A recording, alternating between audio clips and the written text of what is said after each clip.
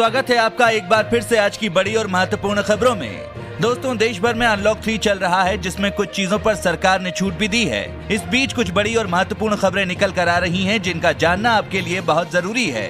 दोस्तों, बात करें कोरोना मरीजों की तो भारत में पिछले बीते 24 घंटे में कोरोना के 52,509 नए मामले सामने आए हैं। वहीं पिछले 24 घंटों में 857 मरीजों की मौत हुई है। चलिए इसी के साथ शुरुआत करते हैं आज की बड़ी खबरों की, जिसमें आप देखने वाले हैं भारत के सामने झुकता दिख रहा चीन। अमेरिका में चीनी राजदूत ने भारतीयों के लिए कही ये बात। आखिर चीन अब भारत के सामने झुकता हुआ नजर आ रहा है। अमेरिका में चीनी राजदूत ने भारतीयों के लिए एक बड़ी बात कही है। आगे हम आपको इस पूरी खबर को दिखाएंगे। साथ ही साथ देश के इन इलाकों में लगा इस दिन तक टोटल लॉकडाउन। जानिए कौन कौन सी है वो जगह। जी हाँ, आपने बिल्कुल सही सुना है, देश के कई हिस्सों में फिर से लॉकडाउन लगाया गया है। आगे जानेंगे इस पूरी खबर को। साथ ही किसानों के लिए बड़ी योजनाएं, जिन्हें अपनाकर दोगुनी कर सकते हैं कमाई। अगर आप भी सरकार की योजना में दोगुनी कमाई करना चाहते हैं तो इस खबर को जरूर जान लीजिएगा। साथ ही दोस्तों, राम मंदिर की नींव रख बोले मोदी, सदियों का सपना पूरा हुआ, आज पूरा भारत भावुक। पीएम मोदी ने राम मंदिर पूजन में कौन कौन सी बड़ी बातें कही, आगे जानेंगे इस पूरी खबर को। दोस्तों, ये सभी खबरें जानना बेहद जरूरी हैं। खबरों को विस्तार से जानने के लिए बने रहिए हमारे साथ। उससे पहले दोस्तों, अगर आप भी सच्चे राम भक्त हैं तो इस वीडियो पर एक लाइक जरूर करना और कमेंट में जय श्री राम लिखना मत भूलिएगा। तो चलिए बिना देरी किए लिए चलते हैं आपको आज की सबसे पहली खबर की तरफ। रूस की कोविड-19 वैक्सीन को लेकर WHO की चेतावनी, कहा उन्होंने तीसरा ट्रायल ही नहीं किया।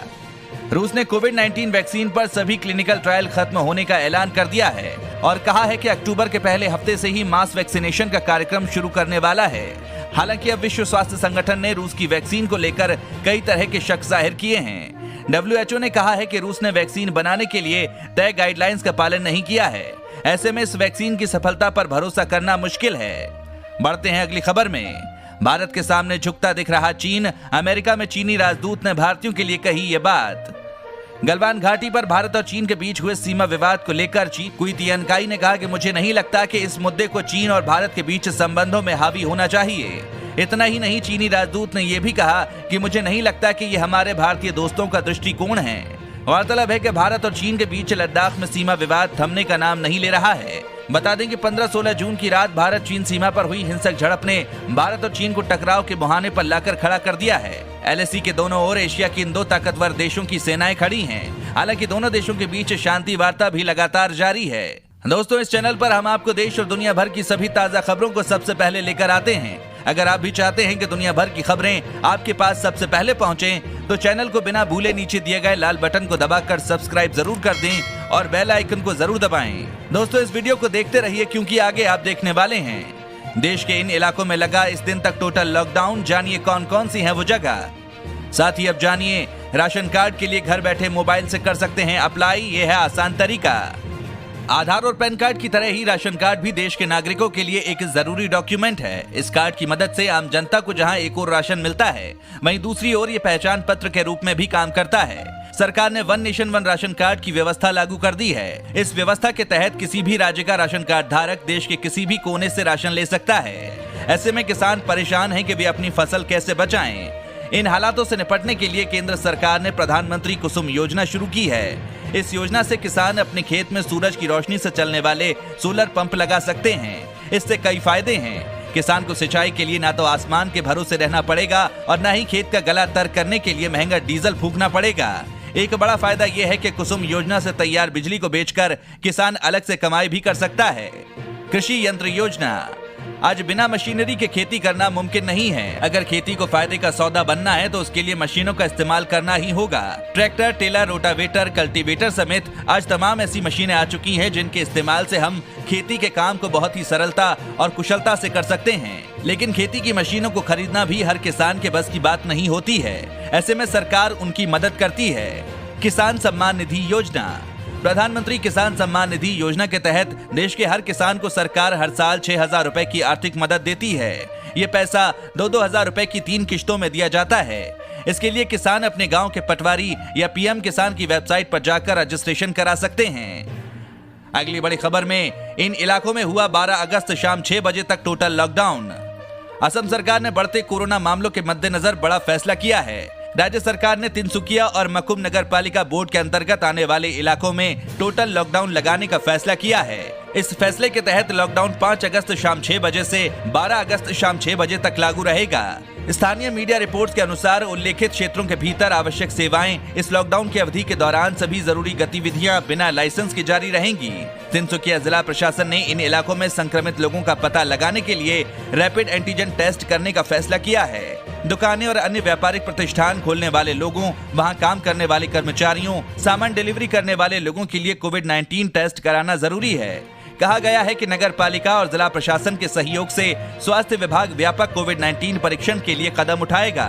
साथ ही अगली खबर में राम मंदिर की नींव रख बोले मोदी, सदियों का सपना पूरा हुआ, आज पूरा भारत भावुक। पीएम नरेंद्र मोदी ने आज अयोध्या में बहुप्रतीक्षित राम मंदिर निर्माण की नींव रखी।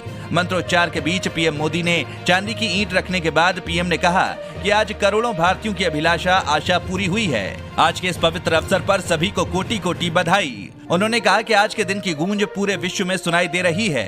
पीएम ने कहा कि राम की शक्ति देखिए, इमारतें टूटी, उनका अस्तित्व नहीं टूटा, आज सदियों का सपना पूरा हुआ। पीएम ने भगवान राम और सीता का जयकार के साथ अपना भाषण शुरू किया।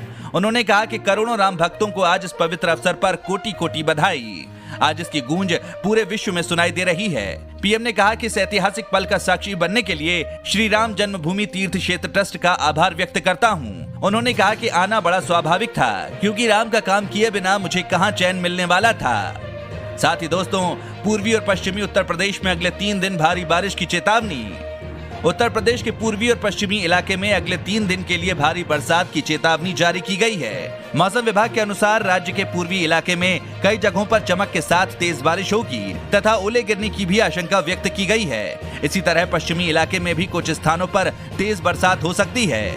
विभाग के अनुसार इटावा का तापमान सबसे अधिक 38 डिग्री सेल्सियस दर्ज किया गया। अन्य इलाकों में मौसम शुष्क रहेगा। अगली बड़ी खबर में दोस्तों, 2.5 करोड़ और किसानों को सबसे सस्ता लोन देगी मोदी सरकार, सिर्फ इतने फीसदी लगेगा ब्याज, ये होगा फायदा। पीएम किसान सम्मान निधि स्कीम और किसान क्रेडिट कार्ड योजना के लाभार्थियों के बीच करीब 2.5 करोड़ लोगों का अंतर है। इन किसानों को केसीसी उपलब्ध करवाने की तैयारियों में सरकार जुट गई है। केंद्रीय कृषि राज्य मंत्री कैलाश चौधरी के मुताबिक 2.5 करोड़ किसानों को 2 लाख करोड़ रुपए का आसान और रियायती क्रेडिट उपलब्ध कराया जाएगा। आपको बता दें कि सरकार की कोशिश है कि कोई भी किसान साहूकारों से लोन ना ले, क्योंकि उनकी ब्याज दर काफी अधिक होती है और किसान इस कर्ज के दुष्चक्र से बाहर नहीं निकल पाता है। जबकि सरकारी लोन लेने पर सालाना सिर्फ 4% ब्याज लगता है, जो देश में किसी भी लोन पर सबसे कम दर है। साथ ही अगली खबर में बीमा पॉलिसी खरीदने वालों के लिए खुशखबरी, अब मिनटों में घर मिलेगा इंश्योरेंस। कोरोना वायरस के बढ़ते मामलों और सामान्य कारोबारी गतिविधियों में पेश आ रही दिक्कतों को देखते हुए बीमा नियामक ने जीवन बीमा कंपनियों को इलेक्ट्रॉनिक तरीके से बीमा पॉलिसी यानी ई पॉलिसी जारी करने की मंगलवार को अनुमति दे दी।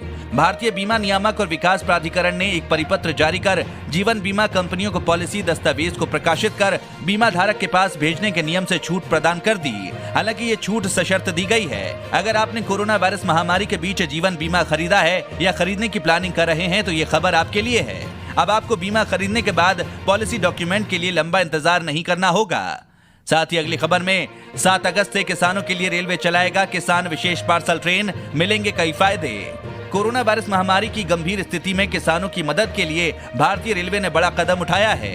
रेलवे ने किसानों के लिए किसान स्पेशल पार्सल ट्रेन चलाने का फैसला किया है। कोरोना काल में मध्य रेल की किसान विशेष पार्सल ट्रेन किसानों के लिए वरदान बनकर आई है। मध्य रेल की किसान विशेष पार्सल ट्रेन महाराष्ट्र के देवलाली और बिहार के दानापुर के बीच चलेगी, जिससे सब्जियां, फल आदि चीजें समय पर उपभोक्ताओं तक आसानी से पहुंच सकेंगी। रेलवे मंत्रालय के मुताबिक 7 अगस्त से 30 अगस्त तक किसान विशेष पार्सल ट्रेन हर शुक्रवार देवलाली से दानापुर की ओर सुबह 11 बजे चलेगी और अगले दिन सुबह 6:45 पर दानापुर पहुंचेगी। वहीं हर रविवार 12 बजे दानापुर से रवाना होकर अगले दिन 7:45 पर देवलाली पहुंचेगी। इन गाड़ियों में 10 पार्सल वैन होंगे और 1 लगेज ब्रेक वैन है।